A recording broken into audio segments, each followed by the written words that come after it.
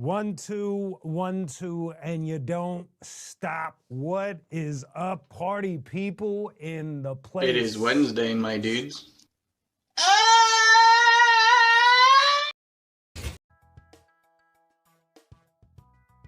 But they're all over the place. Okay. We'll do it live. Okay. We'll do it live. Fuck it. Do it live. I'll write it and we'll do it live. Right. Fucking thing sucks. Ian. I can't. I love that thing. What is going on, party people? Who is in the building today? My man No is there. Eon, what's good? Bananas, what is up? My man Gorilla Strong. Thank you for that, Gorilla.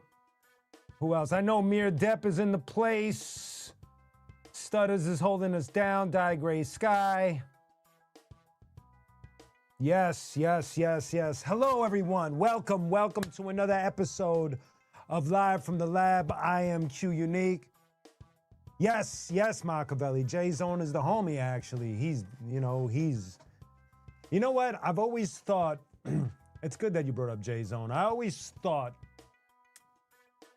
J-Zone would have been an outstanding producer for a De La Soul album. Not every De La, but I've always thought that he had that kind of production that would have married to their style really well, if you get my drift. He's got some really dope stuff. And so, but nowadays, I don't know if he's producing much these days. I know he's been playing drums for quite some time. He's got like a soul band or a funk band or something like that. And the last time I saw him, he gave me a copy of his book and we were just chopping it up. But this was a while ago. And I think at the time that I saw him, he was just like starting to get his groove with the drum. Now he's like really dope at it. So shout out. What up, Therapeutic? What is going on?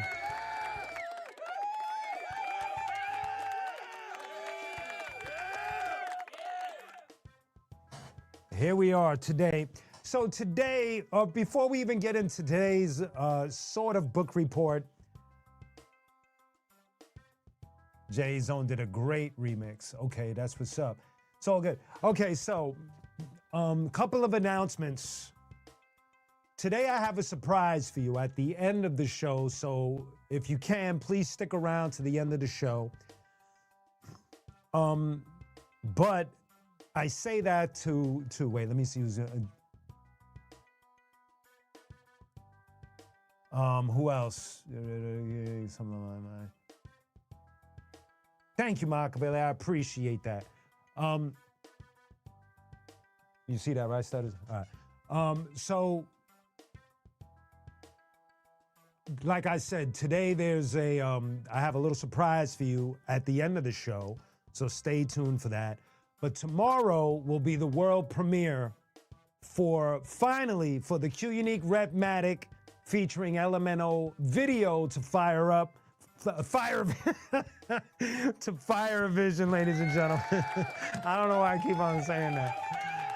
But tomorrow is the world premiere of the music video for Fire Vision, qunique Rhythmatic featuring Elemento. Very excited about that. But if you hang out to the end of the show, I'll have a little surprise for you. Also, we're getting closer to the next single that'll be dropping May 8th. Which I think I got the other. So I got my Mother Fuzz album and the release of the qunique Rhythmatic single, The Wires Across. So there's the Mother Fuzz album drops May 15th for those that like what I do on the planet of good rock music. And as far as hip hop, the next qunique Rhythmatic single, which features a very, very, very, very special guest, comes out May 8th. I'll have more information about that. Hey, what's up? What's up, Andrea? How you doing?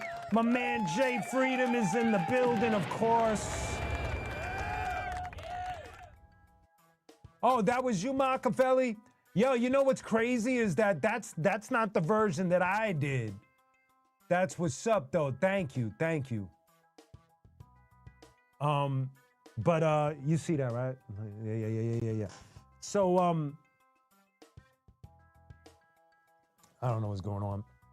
Today I'm a little in the loop place, but we're gonna still have fun. I got a pretty cool subject to talk about. So yes, May 8th, brand new qunique Redmatic with a special guest. May 15th, new Mother Fuzz album. And May 23rd, I'll be performing live at Bar Red in Colorado. So that is the announcements for the day. Flex, what is the deal, baby? Good to see you. Good to see you. My brother Flex is in the building. Yes, y'all.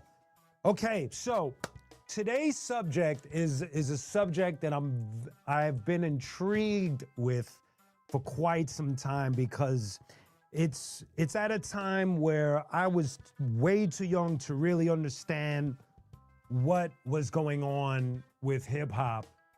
And so I had to just talk to a few people before I talk to y'all. I talked to two people. First, I talked to DJ Eclipse, because he's like a straight up encyclopedia of hip hop.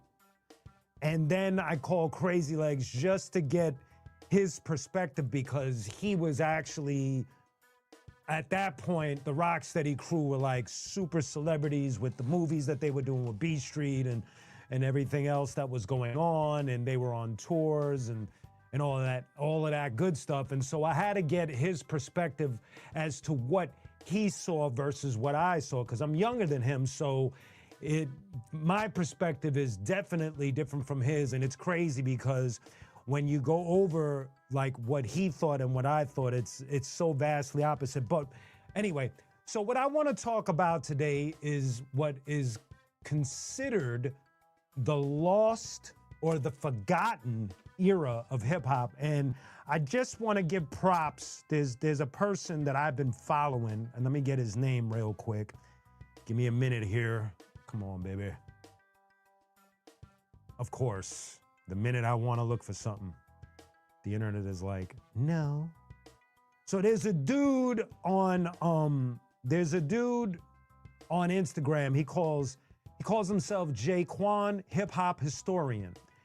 And I never really had a name for this part of hip hop's history. And when I heard him say the forgotten era, it just was like, that makes sense.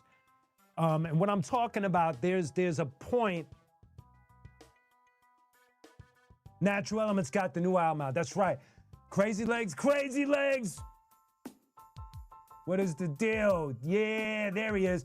So Crazy Legs is in the building, ladies and gentlemen. And he was helping me today with my book report along with DJ Eclipse. So my man Jay Quan, he was the one that I heard say the forgotten era. So what I'm talking about are the years from about 1981, 1982 to 1985.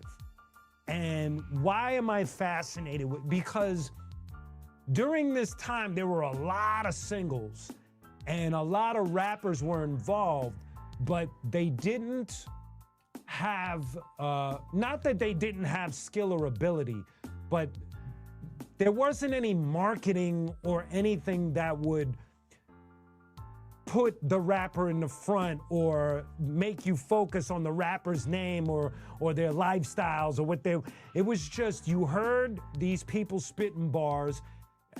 Most of the time they were faceless, because at the time there weren't a whole lot of music videos happening, and there wasn't a lot of documentation. Not like, I don't know how many people thought to document what was happening. I'm sure there were certain people capturing certain things, but there wasn't a lot of like when you go and ask certain people, there's not a whole lot of details, and you really got to dig. Actually, towards the end of the conversation with Eclipse, you know, we both were like, man, a documentary on this section would be fascinating, and then you would have to like really read the notes on the back of the single just to get names and figure out who is who and what is what, because it's not really glued together until I think the shift starts to happen, obviously, with Run DMC becoming like real frontmen and real, like those MCs that you start to pay attention to.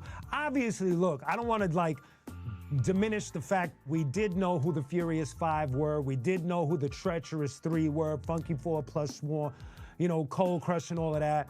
But during this era that I'm talking about, there were crews, but it was like, they weren't putting, not a whole lot of album releases were happening. And it was heavy singles, and the singles were being worked a lot. And they were on the radio when they could be, and they'd be in the, you know, if you ask Crazy Legs, they'd be playing in the jam and people going to the clubs. I was too young for a lot of this, but I was always intrigued by this era because a lot of great tunes come from this era. And so I just wanted to go down the rabbit hole a little bit and just talk about these things. And I put together, if you go into the description of this video, I put together a playlist, a really cool YouTube playlist of a lot of these songs, and only a couple of them had videos. The rest of them are just straight up images of the label on the vinyl, and you just listen. So that just goes to show you that's how it was. But a lot of these songs, if you ask a lot of like older hip hop heads, these are like classics and they're deeply loved. And Eclipse said it beautifully. It's like, he said that these songs don't get a lot of play like at parties and clubs at all. And so they have that thing where when you do hear them, there's a deeper affection for them because they're not being played so much, as opposed to certain songs afterwards during the crack era, during the golden era, where we've heard them a million times and we're just so used to them. So it has a fascinating effect. Let me see what are y'all saying.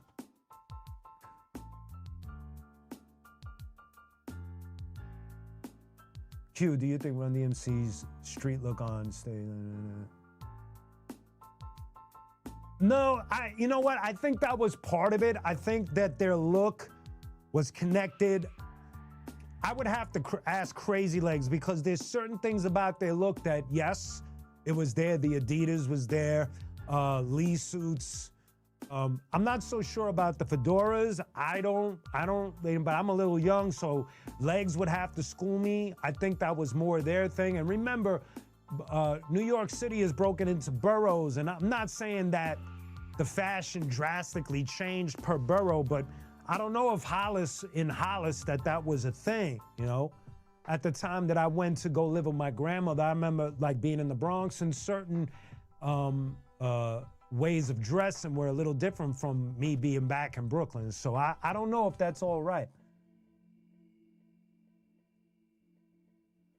Thank you, Aeon. I appreciate you, man. Thank you.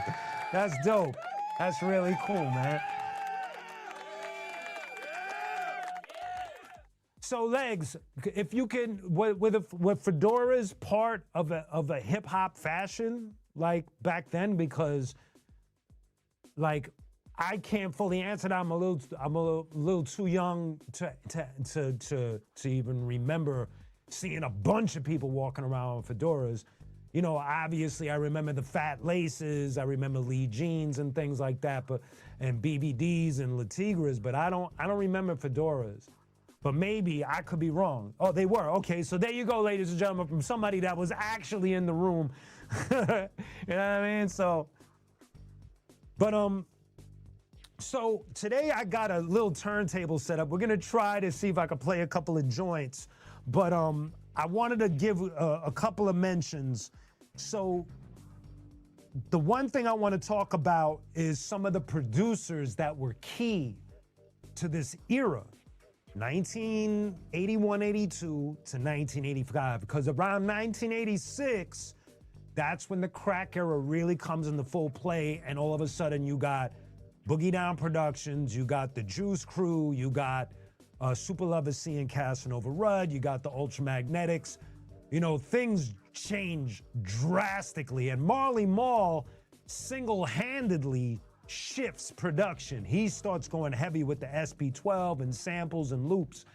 And when you listen to the music from the Forgotten era, there's a lot of musicians playing, and I'll get to that. So the biggest production team, and Crazy Legs definitely helped me with this one. Let me get to it. Okay, so this came from Crazy Legs. We're gonna talk about, and we're not gonna get into the controversy. I'm just talking about music. We're gonna talk about Planet Rock, because Planet Rock during this era was, and I always use this as a description, it was a meteor. It hit, when it hit, it shook pretty much the earth, you know, and it changed things.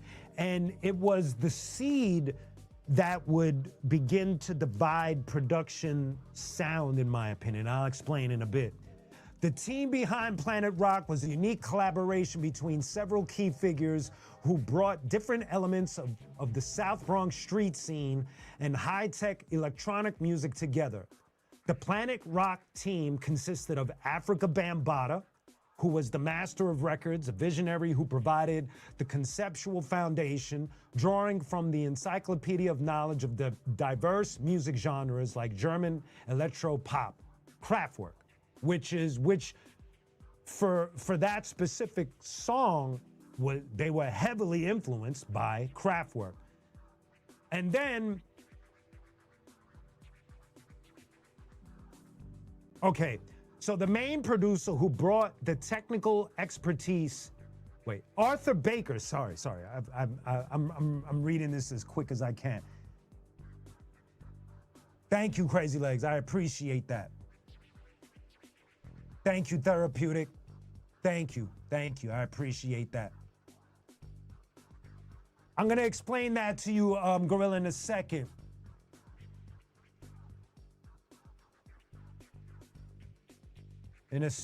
Okay, so Arthur Baker, now we said Bam's part. Arthur Baker was the main producer who brought the technical expertise. He and Bambaataa bonded over the mutual love for Kraftwerk and decided to create more electronic-focused hip-hop tracks using the Roland TR-808. Now, there's a guy that doesn't get any credit, or a lot of credit, and Legs pointed it out to me today. His name is John Roby, and he was a rock guitarist and a synthesizer enthusiast who was recruited for his ability to replicate Kraftwerk-style sounds. He played the Micro Moog and Prophet 5 synthesizers on the track. That right there is a big tidbit of information, because I didn't even know that. Before Legs even told me about that, I kind of knew about Arthur Baker, but I've always thought it was like Bam on the keys and all of that. And then when he started describing everything to me, it just helped to clarify where I was, because I didn't know any of this. And then here's where it even gets even more interesting. Tom Silverman, who was the president of Tommy Boy Records, the founder of Tommy Boy Records, who acted as an executive producer, he facilitated the meeting between Baker and Bambaataa and suggested using the Kraftwerk rhythms as the song's bassist. The Soul Sonic Force, Bambaata's vocal group consisting of Mr. Biggs, Pow Wow, and MC Globe. MC Globe famously developed the MC Pop and vocal style specifically for the track to match its offbeat rhythm. And then there's Jay Burnett, who I believe Eclipse pointed out to me today was one of those dudes that if we were to do a documentary, that would be one of the remaining guys that are still. A lot of these people have passed away or are very hard to find. So Jay Burnett would be, according to Eclipse, I think he saw him on Instagram or Facebook or something like that. He was an engineer who contributed to the iconic Rock, Planet Rock, Don't Stop vocal line. That all of that is crazy because none of us, well, I didn't know this. And so it's just like, It shows you all of the details that went into just doing one song, Planet Rock. All of these people came together to make this song happen. And so a lot of the production at that time was happening that way. You know, we mentioned Arthur Baker, John Roby, Bam, Tom Silverman, and the homie Jay Burnett, right? And then there's other producers that get mentioned, and Gorilla, you had mentioned somebody who's that? Machiavelli Peace, man, good to see you, man. Thank you for coming through. NZ Ninja, what's going on? What's going on? Now, here are other producers that were around during this time. There was also Larry Smith. Now, Gorilla, you had mentioned Houdini and all of that stuff. Larry Smith is responsible for, this was something that Eclipse and I was speaking about. So Larry Smith was responsible for producing Run DMC, early Run DMC, the first 2 albums specifically, Houdini, and he also played on the Fat Boys. Now, I heard DMC say this about Larry Smith, and this makes Larry Smith probably the most prolific producer of that time.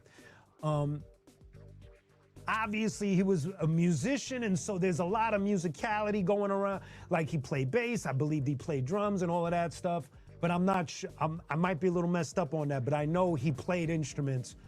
I don't know specifically which ones. But to quote DMC, what made Larry special was that, and he meant no disrespect, and I mean no disrespect by saying this, a lot of producers have a signature style. DJ Premier has a signature, you know it's DJ Premier. Dr. Dre has a signature style, you know it's Dr. Dre. What makes Larry Smith special is that DMC tells a story where Larry was producing both Run DMC's album and Houdini's album at the same time. He would go from one session to another at the same time, producing both of these big rap groups' albums. And when you listen to them, they're vastly different from each other.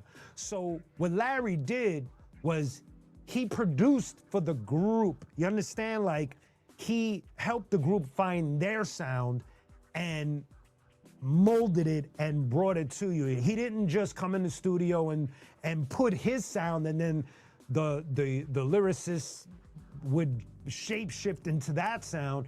It was more that Larry tailored it to the group and worked with the group and found the sound for the group. And that makes that production style very special. And you don't really see that a lot in hip hop. Not to say that it sucks, because obviously we love Premier, we love Large Professor, we love Pete Rock production, we love Dr. Dre, and so on and so forth. But Larry, it makes him kind of a special person when it comes to that. Now, equally as special as Larry,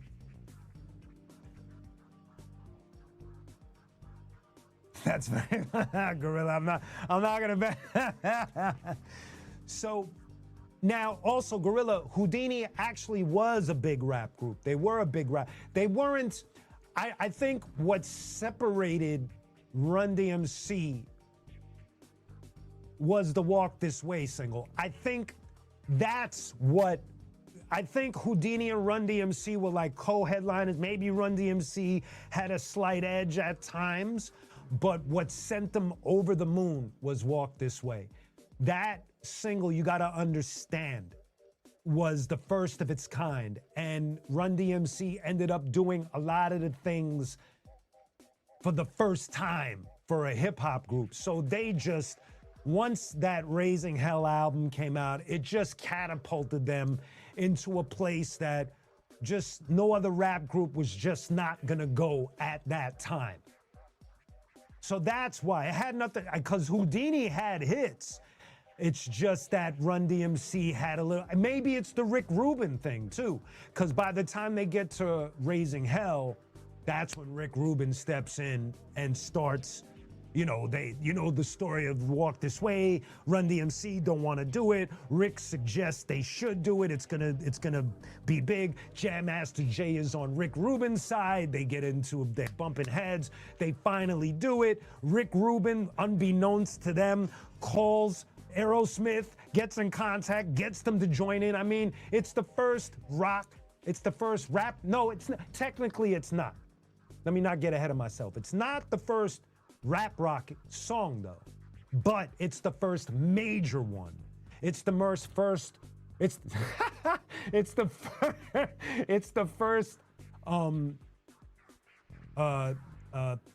worldwide hit of one, because DMC pointed this out. The first rap rock song is on their first song, on their first album. What's the name of that song? Is it Rockbox? Rockbox. And so Run DMC always had that edge, but I don't want to go down that rabbit hole because that's a totally different, and I think we spoke about this before, but that's a totally different subject, but that's what separated those guys. So that's the deal with that. So now what I was going to get to, equally as prolific of a producer, but someone that's not spoken about a lot, is a producer by the name of Pumpkin. That was his stage name. Pumpkin can play, may he rest in peace. Pumpkin can play a variety of instruments. He produced for the Pumpkin and the All-Stars. He produced Jekyll and Hyde. Man, the people that we're talking about, whether it's Arthur Baker and his squad, or Larry Smith, Pumpkin, and maybe one of Malcolm McLaren and maybe Mantronics, they were the primo Dr. Dre, Large Professor, Pete Rock of this forgotten era. They were pumping out singles for a lot of different artists. Sure, there were other producers in the room as well. Excuse me. They were the Sugar Hill Band that would replicate, but Sugar Hill predates. Sugar Hill kind of like sparked the flame a little bit when it comes to selling rap on vinyl. But when it comes to this forgotten era, these other producers stepped in and started, you know, bringing their own style in. And Pumpkin was one of those guys as well. I'm gonna try to play. Let me see if so we're gonna try to put on some of these singles that I want to play. Yo, start out. I hope you're on deck. This is the first time I'm ever gonna play vinyl on the show, and hopefully this goes well. This particular master mix was done by DJ Chuck Chillout. Now, DJ Chuck Chillout was one of the yes, you are right, Crazy Legs, but there seems to be like a little bit of I gotta check the dates. He definitely had guitar on his, but Run DMC, they have a rock vibe to theirs, where you could tell that there's a more heavier rock influence, whereas Treacherous 3 is more of a funky, Treacherous 3 is more of a funky guitar on that.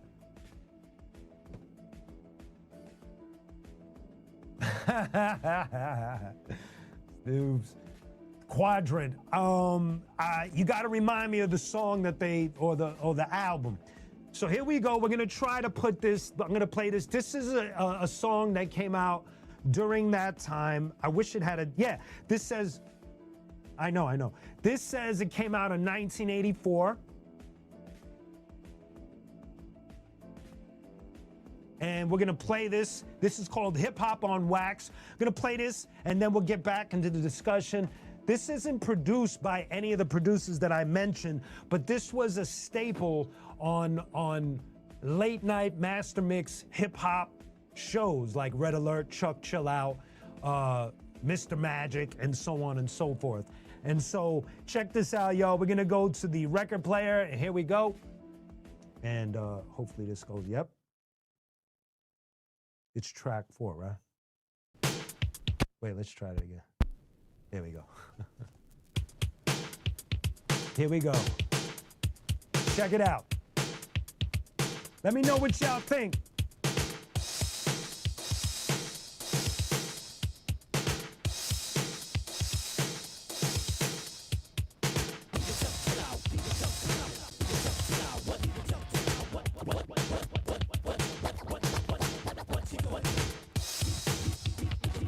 dirty stuff.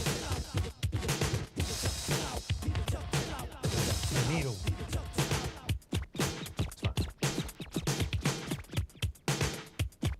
I want y'all to pay attention to what we're listening to.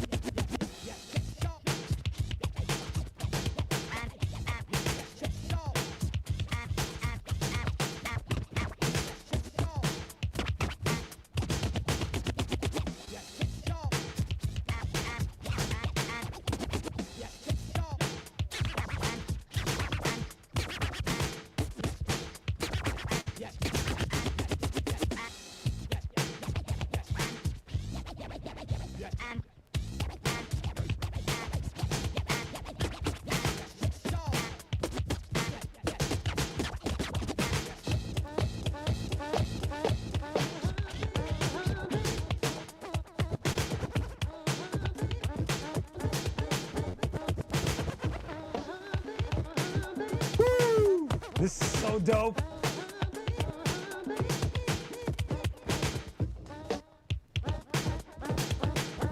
I gotta clean the needle on this turntable. But what I want y'all to check is the fact that there hasn't been one rapper on this whole track. And I'm gonna talk about that.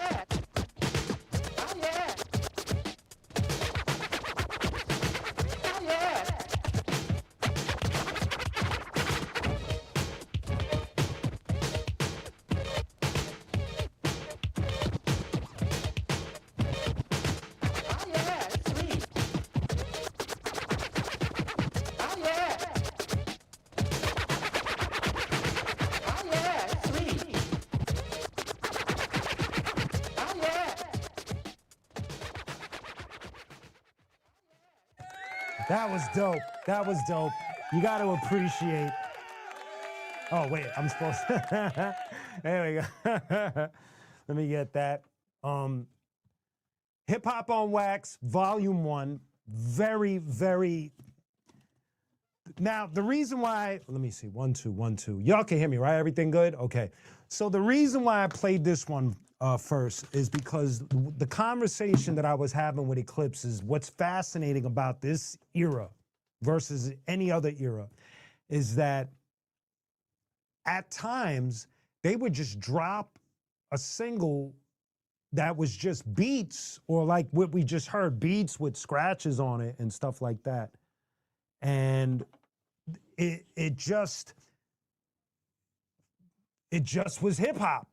It didn't have MCs on it. Sometimes it had scratches. Sometimes it was just a straight drum machine with you know, synths and keys and all types of stuff. So this was a very different chapter of hip hop, and it's something that it feels like it needs more definition. It needs more people talking about it, because the reason why I open up with Planet Rock, for instance, is Planet Rock was hip hop because of the MCs, the Soul Sonic Force, but then it also became the foundation for what is known as freestyle music, or what they called in the early days Latin hip hop, which became freestyle, like TKA and Cynthia, Cover Girls, you know, that club music. And so Planet Rock, along with some of these songs, became the foundation for that genre, as well as hip hop. So it had this split effect. It was very fascinating, and how many people just gravitated towards it, but had their perspective. And like I said, a lot of the songs that came out during this era barely had rapping on it, or if there was rapping on it, you didn't really know who it was. You kind of had an idea, but you weren't looking at them the way you would look at KRS or Nas or Wu-Tang or Kendrick or anything. You weren't looking at these MCs like that. And it's, to me, it's kind of like bittersweet, because they ushered in a certain chapter and they're part of obviously a very important chapter, but it was almost like a super thankless job for them. They were having a great time, I'm guessing. Obviously, if you're hearing your song on the radio, it's mind-blowing, because I know what that feels like. But there weren't a lot of albums dropping, and that wouldn't happen until like Run DMC, Houdini, and all of that stepped up and started doing that, and then everybody followed suit after that. So it's a fascinating time, man. Micmac Records, yes, yes. My man Edwin is in the building. What up, Dove? What's going on?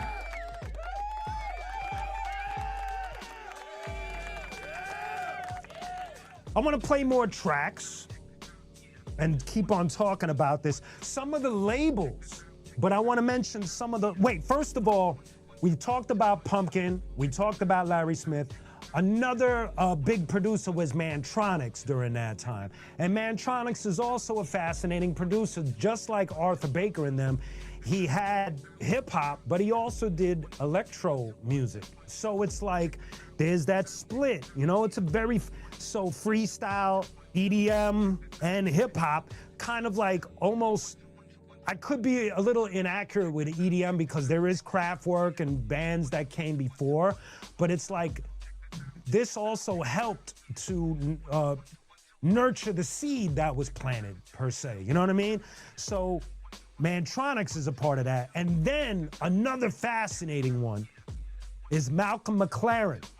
Malcolm McLaren, what makes his presence fascinating is that he comes from the world of the Sex Pistols and the Clash. It's punk rock.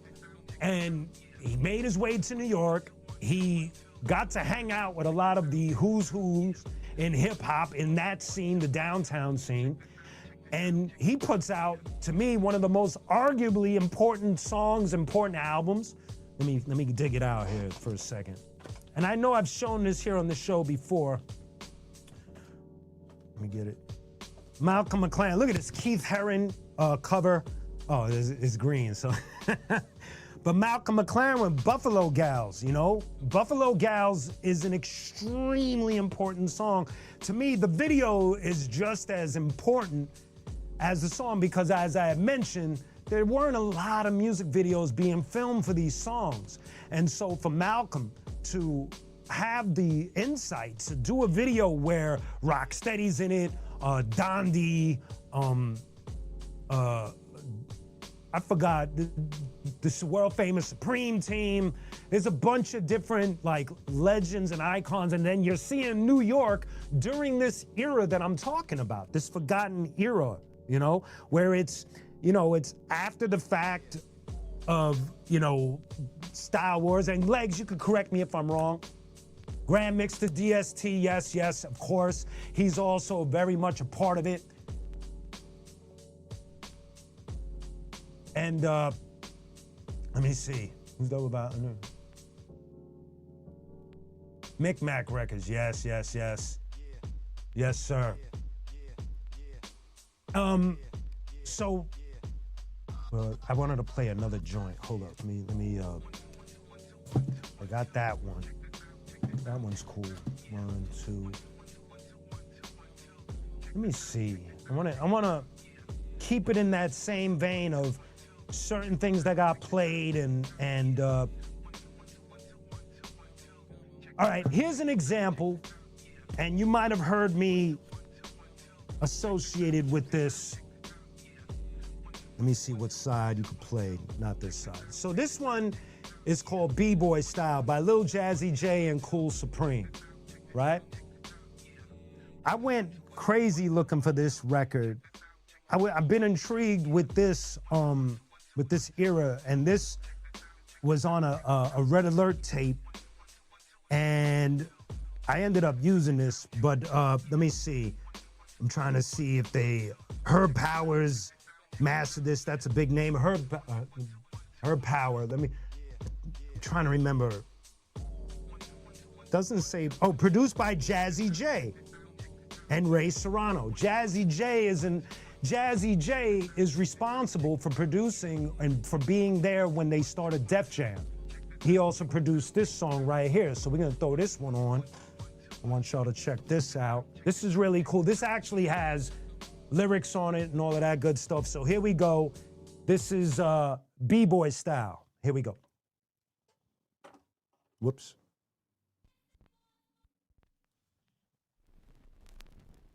Crap. Pretty cool. That was pretty cool. That now, if you know my catalog of music, if you know the qunique music, you'll know that got used. Whoops, excuse me. Whoops. There we go. That got used for one of my songs. Listen to the words from me and Ill Bill. So you could go now watch the video and know where I got that from. Produced by Jazzy J, of course. Salute to Jazzy J, icon. Some of the labels that were around during this time: Easy Street, Tommy Boy, of course, Select Records, Party Time / Def Jam, Enjoy Records, Sunnyview, and Celluloid. And I tell you, man, what I know, clean your records. Thank you, Therapeutic. Thank you, No. Thank all of y'all. Let me see what.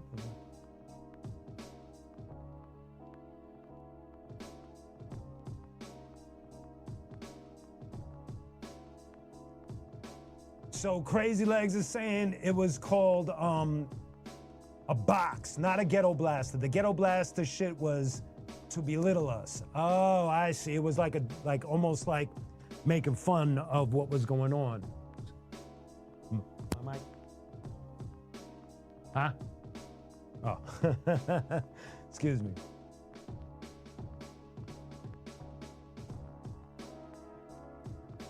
I'm just checking y'all comments. Give me a minute here. Yes, you guys are understanding now. Therapeutic, all of y'all. Mere Depth, Jungle Prophet, thank you for being here. No, I know I gotta clean my needle and I don't know what's going on. You know what, I gotta look into what's going on with this. I think it's the way we got it plugged into these systems. So you're definitely gonna have to bear with the sound. hey, maybe I'll, we'll see if I ever do this like this again. Usually you would get flagged. So that's why I'm not really overly concerned with the quality, because I would do my best to try to keep this afloat. But now, so I was getting to the Malcolm McLaren thing. What makes the Malcolm McLaren thing fascinating is that, like I said, Malcolm McLaren was initially working with the Sex Pistols and the Clash. He comes over here, he does Buffalo Gals and the world famous Supreme Team and all of that stuff, and they're hits. And Eclipse had to point out to me, because I was confused. I was like, what I know Malcolm McLaren as is more of a manager type. Like when he was working with the Sex Pistols and them, I'm not sure if he was a producer. I'll have to double check on that. But when he was doing these hip hop tracks, he was being, the actual producer is a dude by the name of Trevor Horn. And Trevor Horn is responsible for being a member of the group Art of Noise. Yo, Stutters, I forgot. Crazy Legs sent me a track to play on the show, and it's in my downloads. It was actually a gift for everybody to hear. Now, is there a way for me to get there, or I gotta just let it go? I'm stressing out the staff, y'all. Thank you, Nono. I appreciate that. Say again. Oh, right here now? Okay. Give me a second, y'all. I'm grabbing this thing. Crazy Legs sent us a little gift. It's right here. Say again.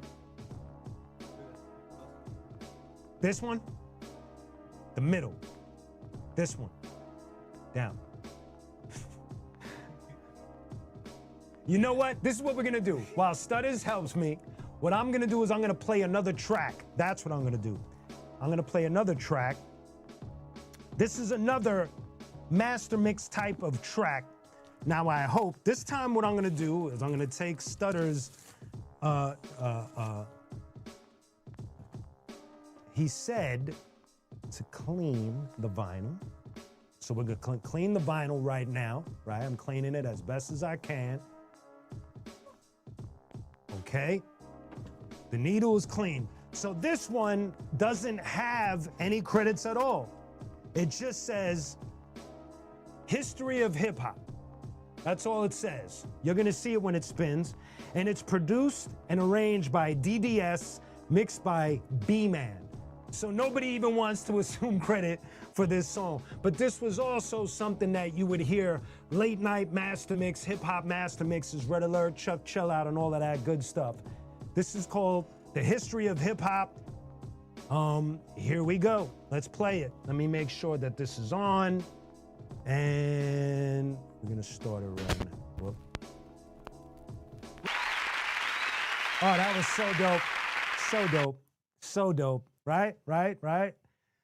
And that's what fascinates me about this era. And thank you everyone. Thank you everyone. That's what fascinates me the most about this era, is that they would just release beats and it was good enough.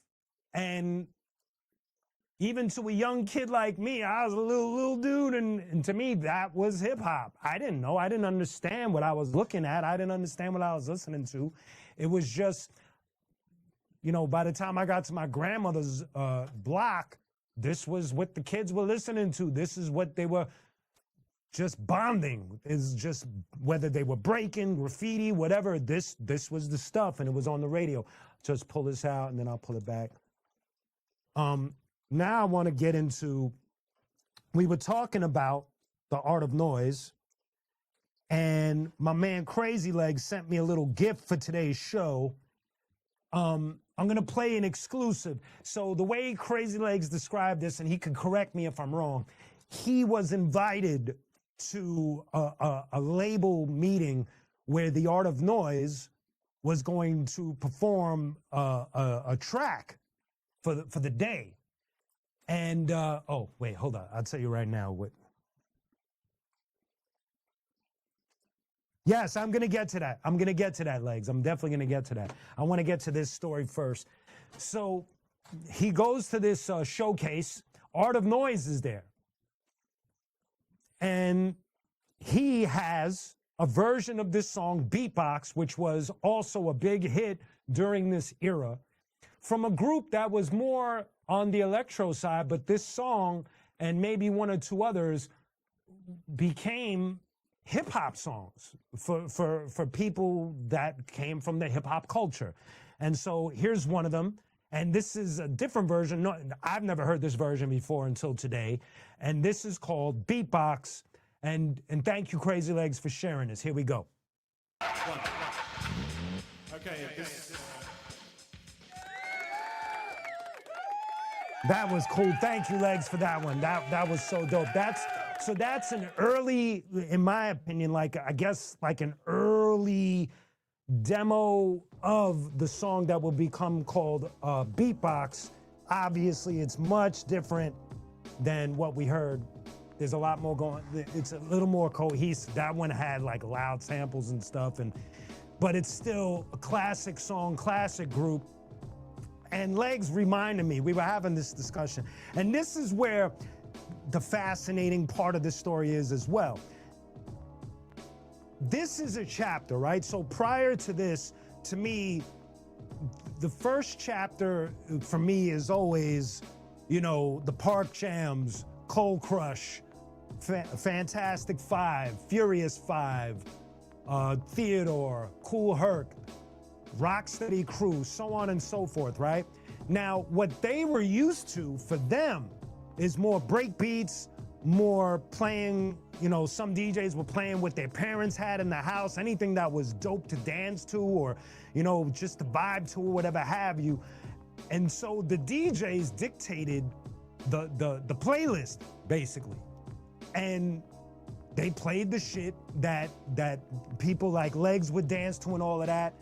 And so when this era comes around, to me, they're already seasoned veterans in the first chapter. A lot of them have already been on world tours. A lot of them have hit, you know, Grandmaster Flash and Furious 5 had major hits. The Treacherous 3 had some hits and so on and so forth. And then the movie Beat Street comes out during this era that we're talking about. Now, what's fascinating about that is that Beat Street, to me, is trying to tell a story, but using elements that came from before their story. So a lot of their stuff musically is inaccurate. And I'll tell you why, because when me and Legs, this is where the split happens. When me and Legs, let's say we're reviewing that era of music. Now, let's just zone in on Beat Street. There's a song called Breakers Revenge on that. That's when Rocksteady Crew battles the New York City Breakers at the club. Everybody's there. Legs does the backspin, takes the sneakers off, you know, all of that good stuff.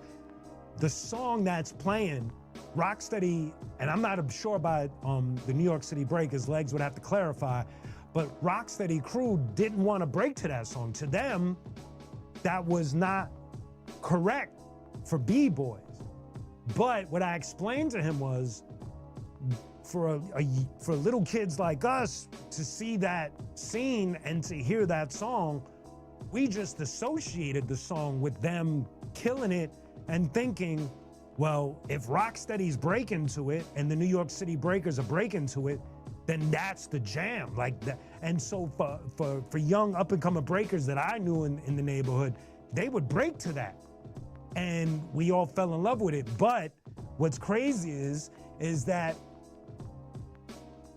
it wasn't loved by the OGs. So it's so weird how that song is just like, it's not really co-signed that way. They're more like James Brown and all of those funk breaks that you would hear on the Ultimate Breaks and Beats collection, a lot of that stuff.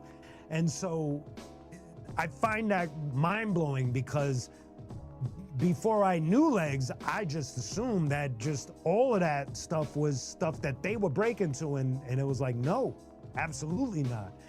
As a matter of fact, the way Legs described it to me, a lot of the stuff that we're listening to, they would just dance to in the club, like, you know, just regular dancing with a girl and whatever have you, and just getting their groove on. And some of it, he said you could break to, but songs like Breaker's Revenge or some of the other songs that we might have thought people would break to, they didn't see it that way. So I found that divide so crazy. So how far after Wild Style the Beat Street comes out about 3 or 4 years later. And to us now in today's life, that might not seem like a lot, but when something is in its infant stage, it is a lot, because as months and years are rolling in hip hop, especially in the early stages, things are evolving quickly.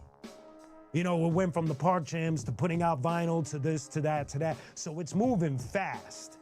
So by the time 1984 drops and Beat Street drops, we're thinking this is encompassing everything, but it's got such a blanket of Hollywood on it that it's kind of like now all of us as hip hop aficionados, we could look at it differently and be like, you could see the actors, the production versus a movie like Wild Style, where Wild Style is just all the icons and they're just kind of trying to act, but it wasn't important because we got to see Cold Crush and we got to see Fantastic Five and Rocksteady and Grandmaster Flash and his kitchen and so on and so forth. So that was more important than the acting, whereas Beat Street, they try to tell a story with actors, and then they had Rocksteady and New York City Breakers and Jazzy J and you know, all of the different artists there, but it was more Hollywood produced. And so that's the difference. But you know, fascinating, man. Yes, sir.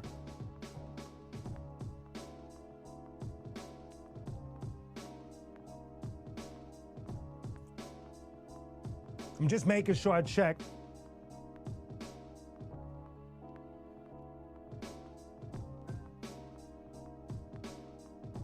Oh, what was actually that? I don't know what you're pointing at, Stutters. Oh. Oh, Jungle Prophet. Right now I'm tripping on. So I go old school, new school. New school wise, I'm waiting for Wolverine. So there's nothing really new. I'm playing the latest game that I'm playing. It's not new, is this skate game called Ali Ali. I love playing that game. Like I'll get some flour, you know what I mean? And just try to skate through all of these different boards and stuff. And old school, I'm still trying to get through Castlevania. So that's where I'm at with all of that. Thank you for that question. So in a second, from what I understand, Legs told me that they were actually playing actual break beats that the B-boys would really break to, James Brown stuff and all of that. And then when they went back to edit the film, that's when they inserted their music. The Arthur Baker, who we mentioned earlier, who produced Breaker's Revenge and other songs. The Uprock scene with Battle Cry, there was a different song playing for that. So my thing was, what's crazy is, what's up, NZ Ninja, what's going on? Thank you, Bipolar, I appreciate that. So even Legs told me that even for the Uprock scene in the train station, they were playing breaks. But then in the movie, we hear the song Battle Cry. Again, me thinking that Rocksteady loved that song, but it turns around and he was like, nah, we didn't want to be near that song when they try to play it and make us dance to it. So it's kind of dope in a way to watch or to hear the story of, you know, because at that time, Rocksteady, I guess y'all was still teenagers when that was happening, maybe 20. But what's fascinating is how y'all stood up for the culture and for the dignity of breaking, and Hollywood just changed it just to keep it cohesive, but whatever. you know, at the end of the day, that's really cool, man. So, yo, where we at? Thank you, Legs, for sharing that. Now, there's plenty more songs and tracks to hear from that era, and obviously I'm not gonna play them all, and I can't get too deep into the history. I would have to take at least a few months to hunt down people and all of that, but I just wanted to make you, the whole point of this was to make you aware of this era, to make you aware of this forgotten time from 1981, 82 to about 1985. And like I said, in the description, I put together a nice little playlist of a lot of these songs. So y'all can go and check it out. So after you're done here, please check out in the description, it says qunique Forgotten Era Playlist. And, you know, get your flower on, get your drink on, and just check it out, man. It's a lot of fun. Let me see, my man Flex, who has access. That's funny. So Flex sent me a picture of this. He breaks to the Beats for Breakers mixtape that I put out years ago. Now that actually has the authentic breaks that Crazy Legs is talking about on that. I don't know if y'all ever caught that, but that's the deal with that. Yeah, no doubt, Tanya, you know how it is. But Crush Groove, so that's dope that you brought up Crush Groove. Crush Groove comes after. Crush Groove comes, I think that was released in 85. Somebody's got to check that, 85, 86. I could be wrong though. And Crush Groove tackles the bigger hit makers, Run DMC, Fat Boys, LL Cool J, who has a cameo. They go into more that world and more talking about the Def Jam influence, which is cool. And they were able to keep their own music in it and tell their story loosely based. So that's the difference. Crush Groove is more an isolated Def Jam story, Run DMC, like I said, Fat Boys and all of that. Whereas I think with Beat Street, they're just trying to tell you their version of what they saw with the elements early on. But I always tell people, Beat Street is dope for what it is, but Wild Style and Style Wars to me is always the most important to look at. So that's the deal with that. Yeah, thank you, No, for that. Yes, and Chile, of course. Now, ladies and gentlemen, what I want to do, well, first, here we go. Today we got another pack. Yo, MTV. Remember, hang out because I have a special gift that I want to share with y'all. But first, we're going to get into revealing the latest Yo MTV Raps. They make this qunique proof for some reason.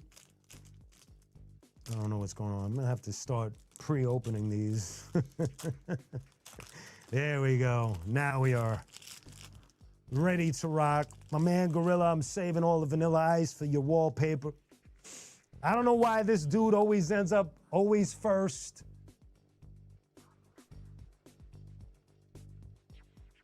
Of course, Bipolar, of course, by all means. Thank you. Thank you very much. I appreciate that. Here we go. For some reason, this guy is always first, and everybody could agree. Here we go, another MC Hammer card, ladies and gentlemen. MC Hammer, Yo MTV Rap cards. Gorilla, I'm saving a lot of MC Hammer and Vanilla Ice cards for you, of course. Rest in peace to this icon, this legend. Heavy D and the boys. Troubled T-Roy, of course. That's a dope one. 3 Times Dope from out of Philly. Very, very iconic group. Funky Dividends was my favorite. Ooh, this is a dope one. Let me see. Yeah, I've seen this. So this is a double. Now, remember what I told y'all. Like, I'm saving all the doubles. So whenever you have an order, I hand it to the people that do the mailing. And they put Yo MTV Rap cards in your order. So whenever you order from qunique.com, you get a little couple of cards from Yo MTV Raps. Another one, Belle Biv DeVoe. That girl is poison. Gorilla Strong. My man Bananas. Vanilla Ice is making an appearance today, of course, ladies and gentlemen. The great Vanilla Ice. Now, this is a dope one because, you know, I'm starting to see these now because we're opening the advanced packs or the booster packs. Black Sheep, yo. This, you know, gotta love the Black Sheep, of course. Native Tongues. Here's another card I never really seen before. Ooh, a couple of cards coming up. Queen Latifah, the great Queen Latifah. Wrath of My Madness is my first favorite joint from Queen Latifah. Another Queen Latifah right there, the MTV rap cards. And we're gonna close it with another card I never seen before, but we're gonna close it with an icon, a very important person here. Slick Rick, ladies and gentlemen. Slick Rick, the great Slick Rick, of course. And there we go with today's MTV rap pull. Now, I'm glad y'all hung out. I wanted to share this with you because you guys come every week and hang out. Y'all are my community, and it means a lot to me, and I appreciate your support. I appreciate your dedication. I appreciate your questions on Instagram, the DMs, the repostings, the shares, the likes, the comments. Believe me, it means everything to me. Y'all know it could go left real fast. People jump up, they say crazy things or whatever have you. And so to have a community like this means a lot to me, trust me. And when I was talking to Stutters about this, I was like, I have to share this with them first before I share it with the world because y'all are here every week. And so, ladies and gentlemen, I'm gonna present to you, this is the first time you're gonna do it. It won't be on the replay, of course, but I'm gonna share with you guys, because you're here, the video for Fire Vision, qunique, and DJ Redmatic featuring Elemento. Here we go, ladies and gentlemen. Hope I could do this right. Stutters, you're on standby. I could just add it to stage and press play from, okay.